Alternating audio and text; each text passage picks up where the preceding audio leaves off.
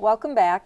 Today we're going to dive into one of the most time-consuming but rewarding aspects of a community college CEO's job, and that is forming effective relationships with both stakeholders in the news media. The news media itself has changed enormously in the last 15 or 20 years. We're all aware of this.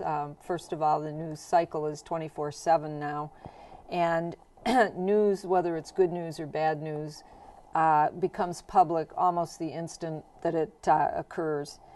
One of the things that we forget about is that the news media is not a public. The news media is a conduit for sharing information with your public, but so often we look at them as an end into themselves. One of the new types of news media that have emerged in the last 10 years is this whole phenomena of citizen journalism. And what that means is today virtually everybody walks around with a cell phone, and that cell phone has a camera and it has a video cam on it. And so citizens love to capture news events, whether they're good or bad situations, and get them up onto YouTube or send them to the local TV station right away. So what that means is the videotape that some citizen takes of an event becomes the first and really the lasting version of that piece of news. So that's something we have to be aware of. The other phenomena is blogs. Frankly, blogs are a little bit of a pain in my side because we're also concerned about what's being written on blogs, and yet we have to remember that by the nature of things, blogs are most often used by people who are discontent or have a complaint that they want to air publicly. Oftentimes they resort to blogs because the complaint they had was not properly dealt with by the organization they're complaining about, and so they feel that there's not a recourse except to tell the whole public about the complaint. So we have to remember blogs are there. We have to remember that blogs can't ruin your life, but are another avenue for people to make complaints. The other thing that I think is important to understand is YouTube has become so pervasively used today that it's an opportunity for us all to put our best work up on YouTube. Institutions often take a favorite professor and tape a key lecture of theirs and put it up on YouTube. It's one more way for us to get positive information about our products and services out to the public. So with that introduction, we're blessed to have Al, who's going to share his perspectives on stakeholder and media relations, and has lots of stories to share, some of which he'll share today, and this should be very enlightening. So let's get started, Al. Okay, thank you very much. Yeah, you know, we talked in one of our earlier sessions about stakeholders and stockholders and so on, and I think the point we were trying to make is that every organization works on behalf of someone. They don't work on behalf of themselves. And so I think that we need to contrast just for a moment as we begin today's session the stockholder versus the stakeholder, maybe take a look at some similarities and differences, and then drill down to the community college itself. But when you think about the private sector, you think about privately held or publicly traded corporations, the range of interests of the stockholder or holders is pretty consistent. They're looking for a return on investment. They're looking for growth in a company. They're looking for, I guess, ethical behavior, but I don't know if the ethics would really bother them as long as the profits came rolling in until someone got caught. But when you talk about stakeholders, the interests can, first of all, there are more of them for any given organization in the public sector. But more importantly, I think their interests are not as homogeneous as they might be among stockholders. So I think that that's really the biggest challenge for a community college is the large number of stakeholders that they would have, and how an organization can first of all go about identifying who they are, learning what it is they're interested in, and then reconciling the fact that sometimes shareholders, stakeholders rather, can have conflicting interests. are some of the most important stakeholder groups for community colleges? Yeah. Well, I think you have the obvious ones that everybody would think of. Your students are stakeholders, your employees are stakeholders, your taxpayers are stakeholders.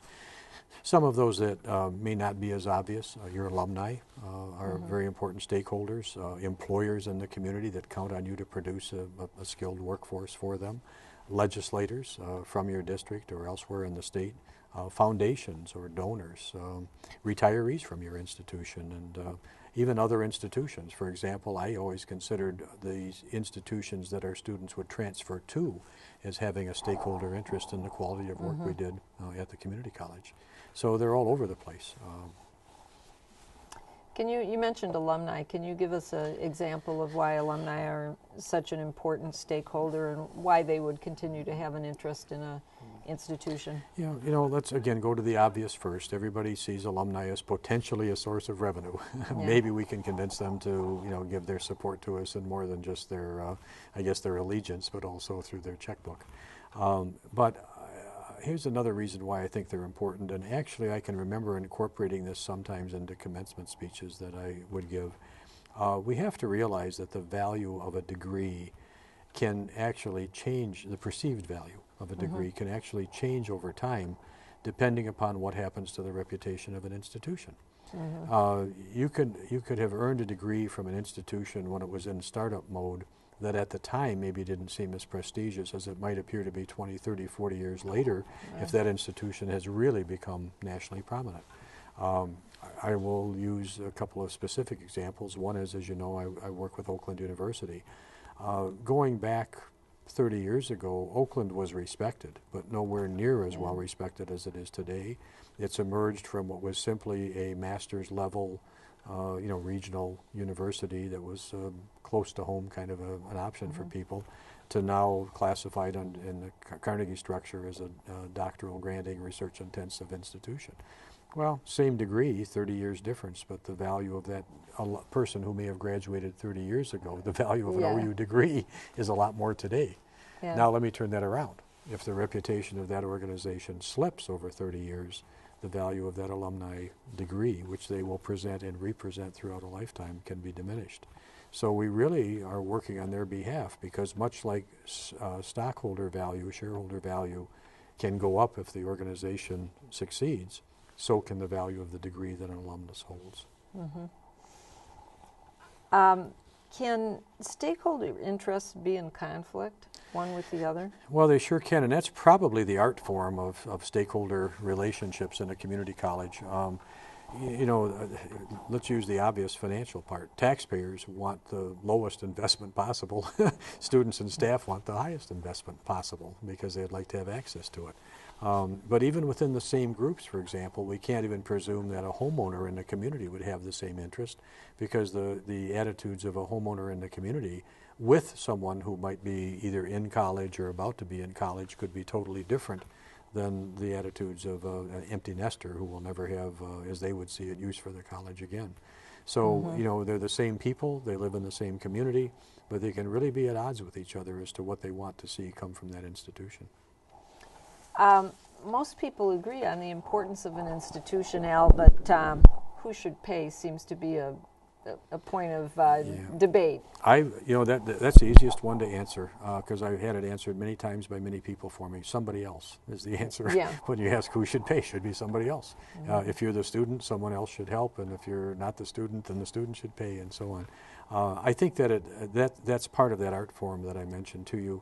But I do believe that trying to answer that question in terms of fair shares is important. Let me give you some historical perspective. When the community college movement was really in its infancy in the 60s, there was an attitude, at least in Michigan, that there should be equal shares of support from the taxpayer, the student, and the state of Michigan. The one-third, one-third, one-third concept.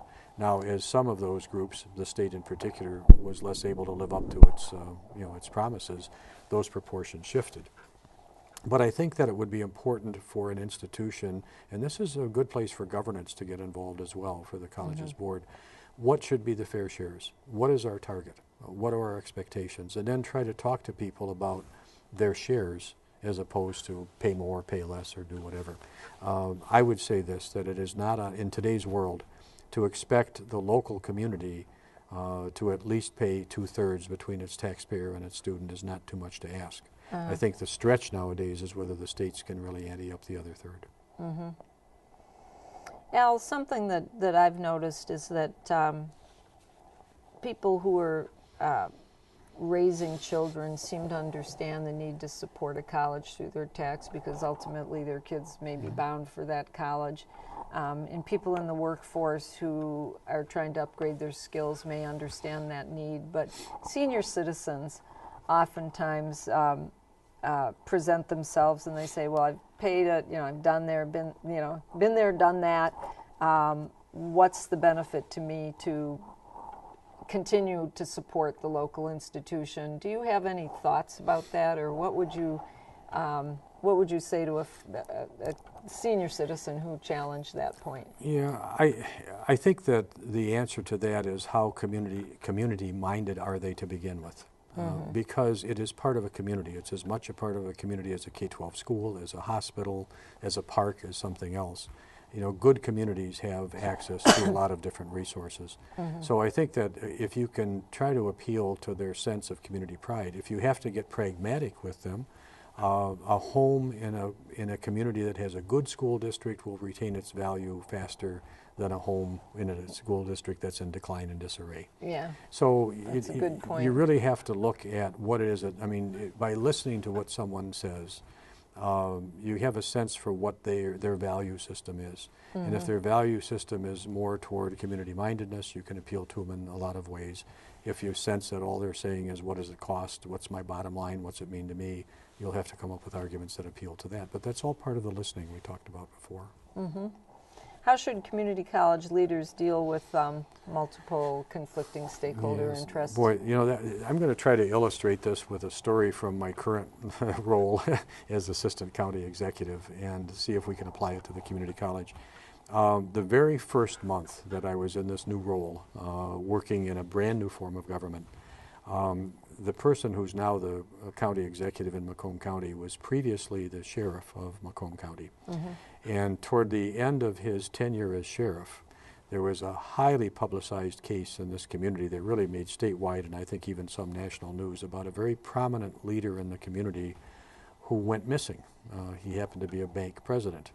And the only thing the bank security cameras showed is that about 10 o'clock on a Sunday evening, he was walking away from the bank, left his car in the parking lot, and was never seen again. And the speculation as to what happened to this person, did he flee, did he have an accomplice, would he meet with foul play, this went on for more than a month because no one had any trace of what happened to this individual. Eventually, some duck hunters stumbled upon his body in a shallow marsh about 5 miles from the bank, and of course, obviously deceased. And the body was brought in for examination, and the medical examiner who conducted the autopsy ruled the case a suicide. The family, who was obviously distraught over this, not understanding why he ever would have done this, ordered a second autopsy done by a separate pathologist, and came to at least a different cause of death, but not necessarily a different conclusion. And so the question was raised with the Macomb County medical examiner, why'd you miss this other finding that your colleague found? So, as I say, 1 month into the job, and my new boss calls me in and he says, I've got to do something about the medical examiner, whether he stays or goes. Go look into it and give me a recommendation. Saying, well, yeah, I can tell you 40 years in the community college sure prepared me for this one. But what I tried to do is approach it the same way a college would. After thinking about it for a while, I said, well, who would have a legitimate interest in the work of a medical examiner? Who were the stakeholders? And I came up with 4. Maybe there are more, but 4 I came up with. Certainly the family of any victim would want to know what happened to their loved one. Certainly the public at large has a right to know whether a crime's been committed or whether it hasn't. But the problem with those two is it would be pretty hard to quantify them and get objective information from that. But then I concluded that another stakeholder for a medical examiner would be the law enforcement agencies, because they have to rely on his findings to aid their investigations. And then lastly would certainly be the prosecutors, that if they do find evidence of foul play, have to rely on the evidence from the medical examiner to convince a jury that the person is guilty. And those I felt I could get a better handle on more objectively. So to make a long story short, I asked if I could meet with the prosecutor from the county, the newly appointed county sheriff, the head of the Police Chiefs Association, the head of the health department, who was the medical examiner's administrative boss, and then I brought in a hospital president who kind of knows medical practice, and sat around a room and basically asked the question about, has anyone lost confidence in this person? Is this going to impede future, this miss, would that impede a future investigation? Would that hamper future prosecutions, and so on? And after a couple of hours of processing it, people came to the conclusion that this was simply a miss. It's not a perfect system. It was a human error. Those things can occur. But no one had lost confidence in a person who had, interestingly enough, established a good prior reputation. Yeah. But also, no one felt that their stakeholder interest was going to be diminished, or that they would be poorly served by having him stay. So my conclusion was a recommendation that he stay. The executive accepted that, and he's still with us today. So I mean, it's just a process that was used that I think can be used anywhere. Who are your stakeholders? What are their legitimate interests? Are those legitimate interests being met? If they're not being met, what should be done as a result of that? That's a very interesting story. You mentioned the strong media interest in the medical examiner case. So let's turn our attention to the news media. What can you tell us about your experience, your 40-plus years of experience with the news media? And through today, as it goes. I mean, generally positive, generally negative. Well, in the interest of full disclosure, and given your opening here, let me start off by telling our students in this course that my experience may not be real helpful for them going forward, because of the very things you cited in your opening comments. The nature of the media, the nature of how people get their news today and information has changed so dramatically that I'm not so sure that a lot of my past experiences would be very helpful to someone as far as the methodology or the approach. I think that it's so fundamentally different that you're dealing with things like multiple outlets. As you pointed out, it's faster than ever before. It's 24/7. There's a huge impact of social media and, as we know, a declining impact of print media. So I think that our time might be a little bit better spent looking at what we can discern about today and projecting it into the future, because I have to be real honest in saying how I did things maybe in the first 20 or 30 years might not work as well today as they did then. What advice would you give future leaders who are stepping into a job, let's say, for the first time and thinking about how do I craft a good media relations program? Again, I want to draw on your wisdom from the opening remarks. I mean, the first thing is to realize that it's almost impossible to have control of all the information today. It's in the hands of so many other people. This is just a quick example, but at Oakland about a year ago, there were fire trucks and emergency rigs coming onto the campus. And, the instant that the sirens and the trucks appeared, the tweeting started. And everybody had their ironclad, absolute factual reason. It's the science building. It's the dorm. It's here. It's there. I mean, everybody's getting different information from different people about what's going on. Nobody has any facts and so on. So I think that the first thing that someone has to accept is that they aren't going to have as much control as they might like over the information that's flowing out there. But being the old accountant here, I want to kind of dissect things. I would try to divide all of the media activity into maybe two broad categories: those things that are informational and those that are reputational. And then if I could go so far as to even divide them again, I would divide them in another way to create four cells: those things that we're pushing out of the institution, and those cases where the media is pushing into the institution.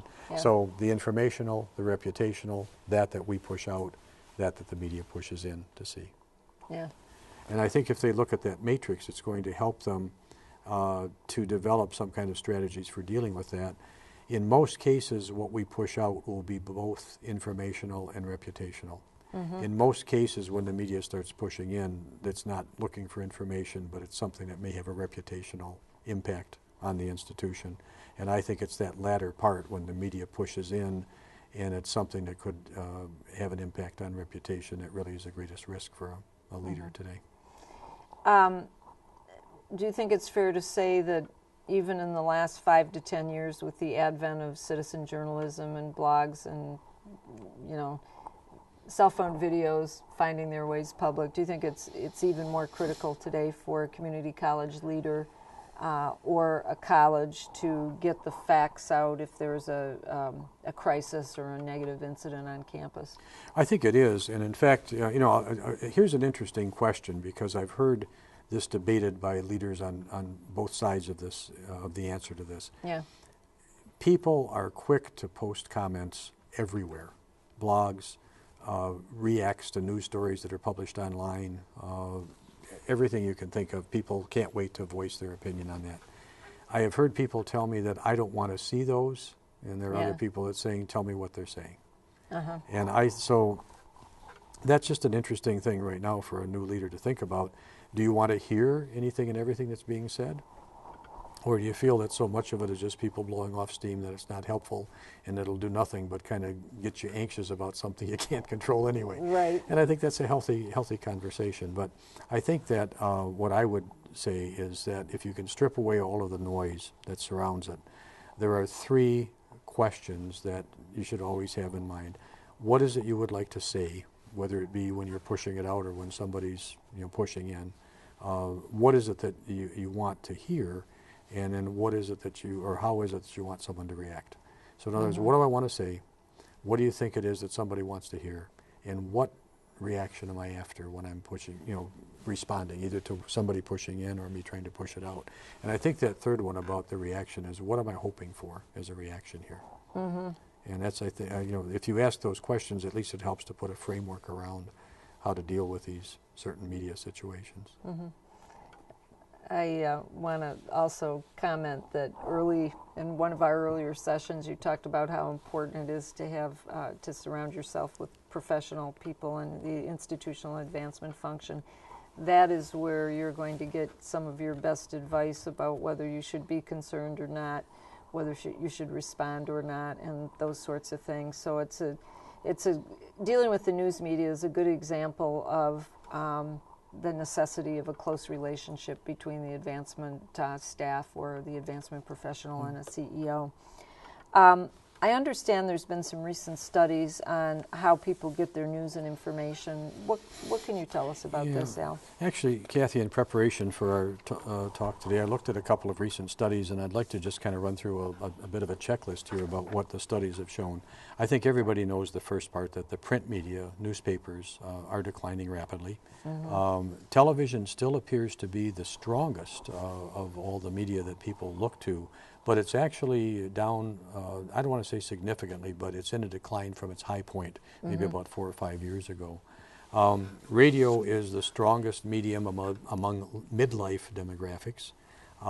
The internet is increasing, and actually in overall response to where people get their news and information, radio and the internet are about tied right now in the studies that I looked at. But I think all of this is probably more relevant to reputational concerns than it is to informational concerns, because what the studies are showing is that people are more and more self-reliant when it comes to getting information, that they use the internet as an information tool, and they're not waiting for somebody to push it out for them, but rather, if I want to know something now, I'm going to go online, I'm going to go to the college's website, I'm not going to wait for the next brochure to come in. If I have some idea about what does the college offer in A, B, or C, I'm going to go look for that myself. So it seems as though the traditional media have more influence on those things related to reputation, and people are having diminishing reliances on the traditional media or anything pushed to them when it comes to searches for information. Also found something else that was interesting, is that people are increasingly expecting information and transparency. In other words, they not only want information for themselves, but they want to know more information about you.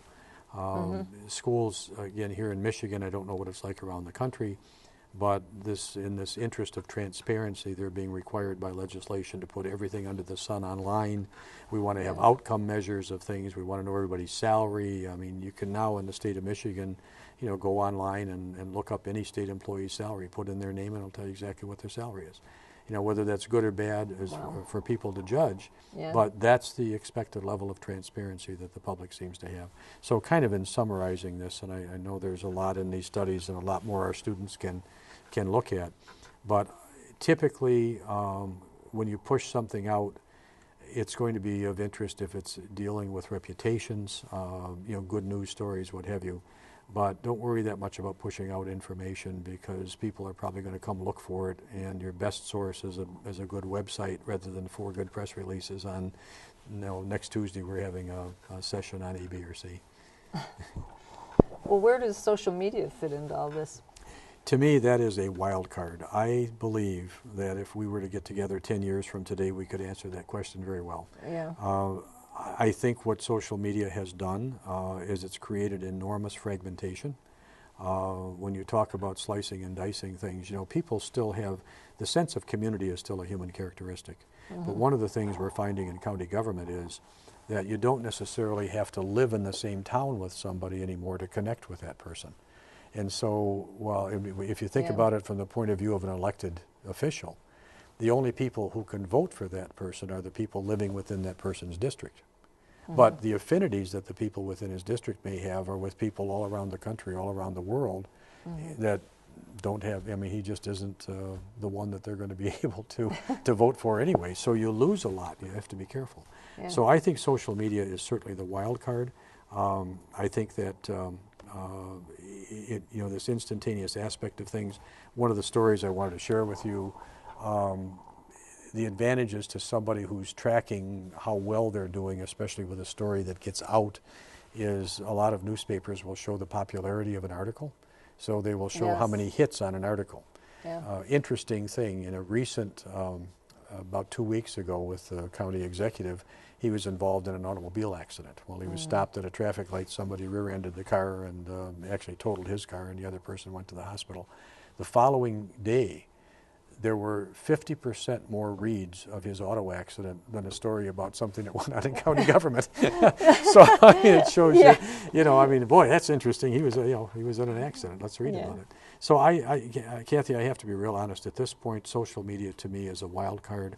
I think some people have harnessed it quite well in a commercial way. I'm not sure that we found yet the best educational way to harness that. Yes, I'd agree with that. Yeah. Let's talk about crisis communications, Al. How an institution should deal with public controversy. The Penn State situation was such a big one this year, and folks, the consensus is that was not dealt with as well as it could have been.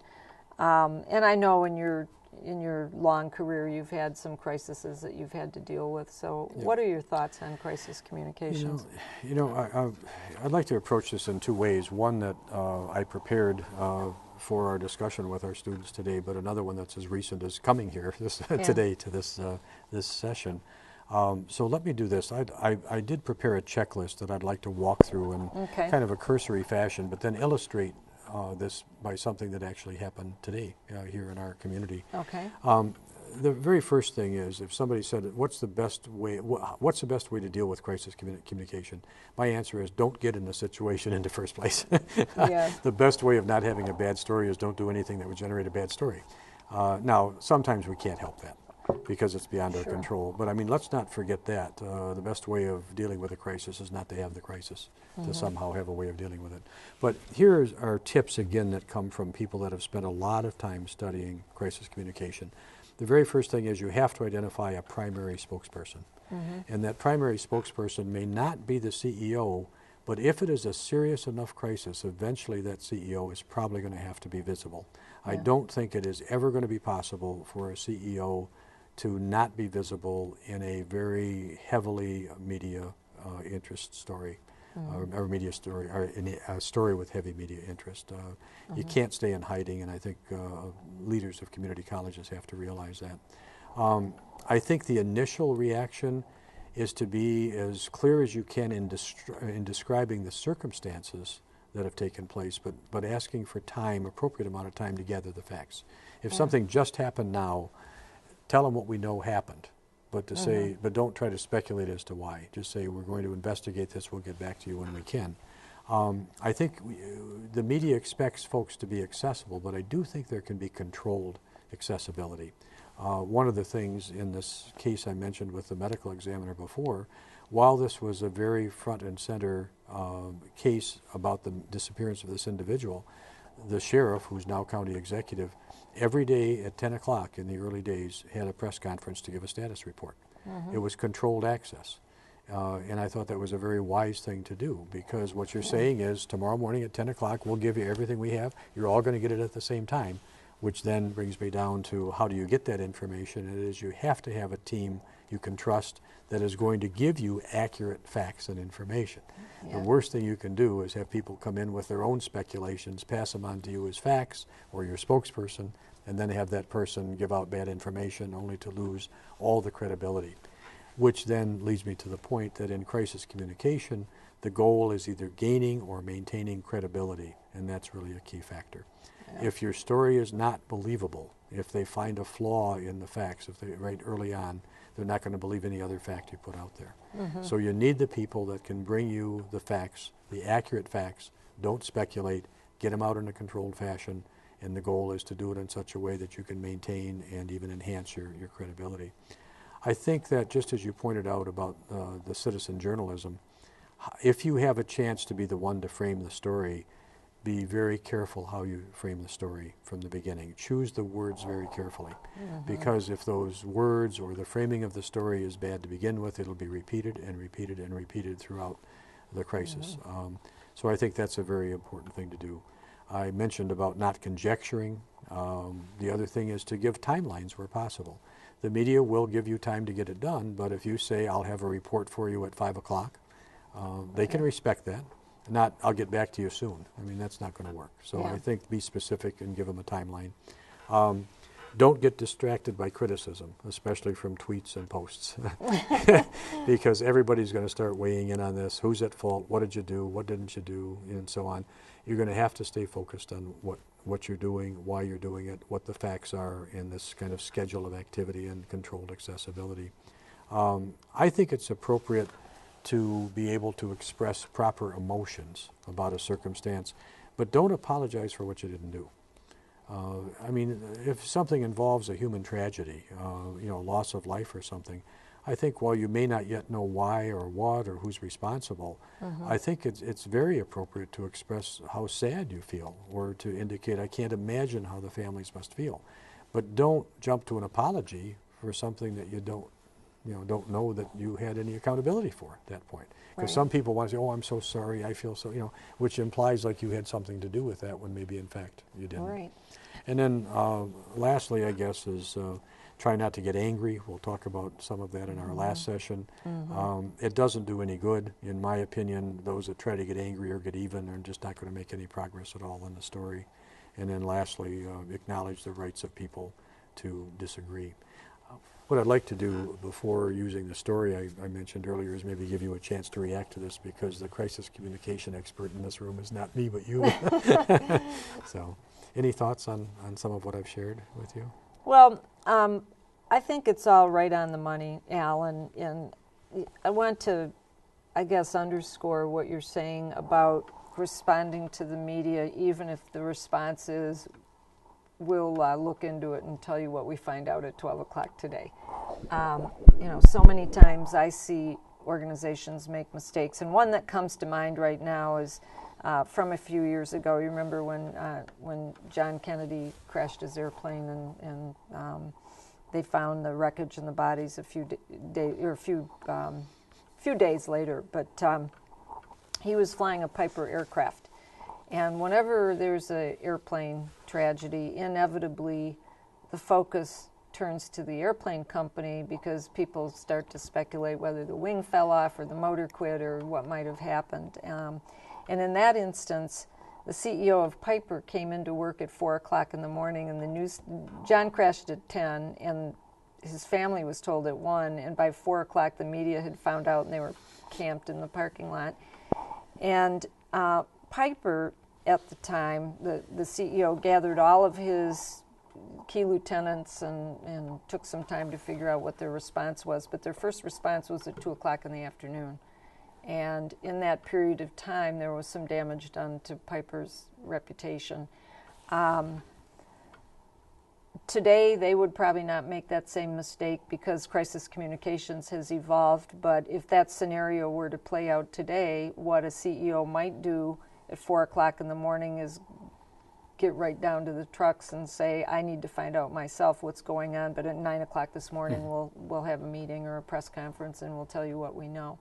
And that would have headed off a whole morning of these random attorneys being scared up out of the woodwork who knew a little bit about aviation, speculating all over the place about who was at fault and what might have happened and so forth. So, going back full circle, your point about making a response or setting a timeline, I think, is a very, very important one. And the point about transparency is important, but oftentimes we have an erroneous view of what transparency is. What transparency is not is trying to speculate with half of the facts or none of the facts. What transparency is sharing facts as you have them and not speculating, because there's a big opportunity to get misinformation out into the public just simply because you're being pushed by reporters to speculate. So as we develop our skills in dealing with a crisis, I think one skill that we need to develop is the notion that it's okay to say, I don't know. Yep. And it's okay to say, I'll get back with you at a time certain to let you know what I do know. So often a CEO feels like he or she has to know everything. Or is expected to know. Or is expected to know everything. Yeah. So you get a microphone thrust into your face, and you feel like you've got to have a response, when perhaps you don't know, and it's okay to say I don't know, but I'm launching an investigation and I'll find out. So, one of the techniques, Kathy, that we used to use, and I would suggest because this course and this program really is aimed at some very practical kind of learning. But whenever something did happen, we would oftentimes bring some folks together and try to ask all of the questions that we might anticipate the media would ask, so we would have the answers. Yeah. And I think that's really helpful, is, let's try to anticipate the questions we might be asked, so we at least could think about what the answer might be in case we do get asked. Yeah. And I also would go so far as to say we never did anticipate them all, but still, it's better to have 90% than none at all anticipated. Let me maybe drop to the bottom line of something here, which I think is important and maybe a nice way to move toward the close. I want to give you and our students a quick story about today, as I promised I would, and then maybe like the essence of learning from me what works. But this morning here in Macomb County, the General Motors Technical Center is one of the largest installations, big research center and so on. But they had an explosion and fire at the battery research and testing facility. And of course, that was immediately reported in the news because they scanned the emergency personnel and the fire response and so on. So they reported explosion and fire. It was less than a half an hour before they had a statement out there that did exactly what we said. It described the circumstances of what had happened, but it also provided some learning.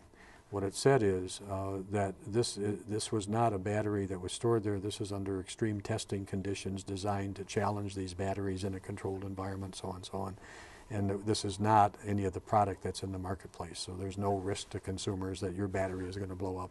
This was in a controlled testing situation. They then said, we're doing investigation. We'll be back with an update at noon. And at noon they were back. So the next time I heard a story over the lunch hour, they gave some more update on it and then had another one scheduled for 2 o'clock. By 2 o'clock they were answering the questions you might expect. Was anybody hurt? What's the extent of the damage? When are you going to have more information and all of this? Yeah. But they really took this model that we kind of outlined here and just lived it perfectly. Giving time of access, anticipating questions, giving answers before you're asked. It was really very well handled by the folks from General Motors. What I'd like to do is maybe, I know you have to wrap this up, but if you say what's the one thing that would be the very best thing you can do in a crisis communication, I have always believed that the truth is the strongest argument.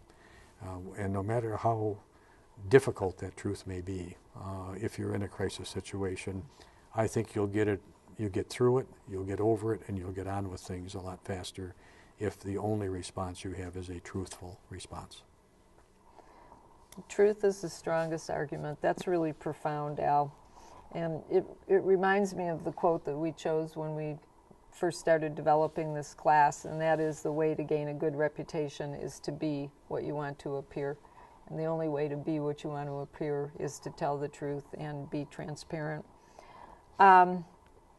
We've talked today about some of the most important stakeholders in community colleges, the students and alumni and the taxpayers and others. We've talked about the news media in some depth, and we've talked about handling crises. Next week, in our last session, we're going to be talking about ethics and values and attitudes and behaviors that a community college president should exhibit and foster within his or her institution. In preparation for that, students, you might want to pull out your college's vision and value statements if you have them.